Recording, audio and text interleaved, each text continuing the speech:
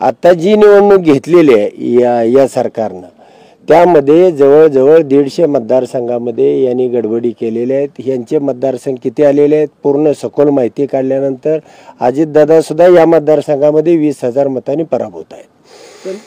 जवळजवळ अजितदादांनी त्यामध्ये 1,80,000 जी मतं पडलेली आहेत त्यापैकी 1/3 म्हणजे 2:1 असं प्रपोर्शन इथं सुद्धा लावलेलं होतं।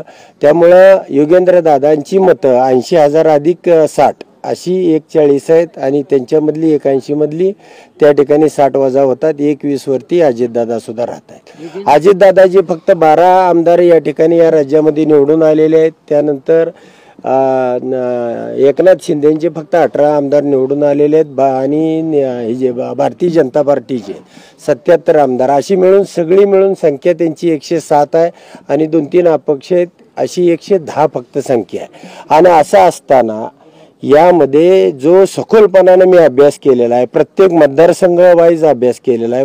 जयकुमार गोरेच्या बाबतीमध्ये सुद्धा 1:5 असं प्रपोर्शन त्या ठिकाणी लावण्यात आलं।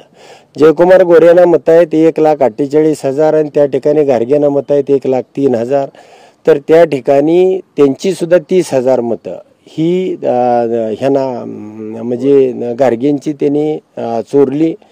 त्यामुळे ती जर वजा केली त्यामधून तर गारगे 1,33,000 वरती येतात आणि जयकुमार गोरे 1,21,000 वरती येतात। म्हणजे 10,000 मतांनी तिथं सुद्धा 13,000 मतांनी हे झालेलं आहे। आणि प्रत्येक मतदारसंघ वाईज मी काढलेला आहे काही एकही मतदारसंघ मी त्यामध्ये तांत्रिकदृष्ट्या सगळ्या अंगानं त्याचा अभ्यास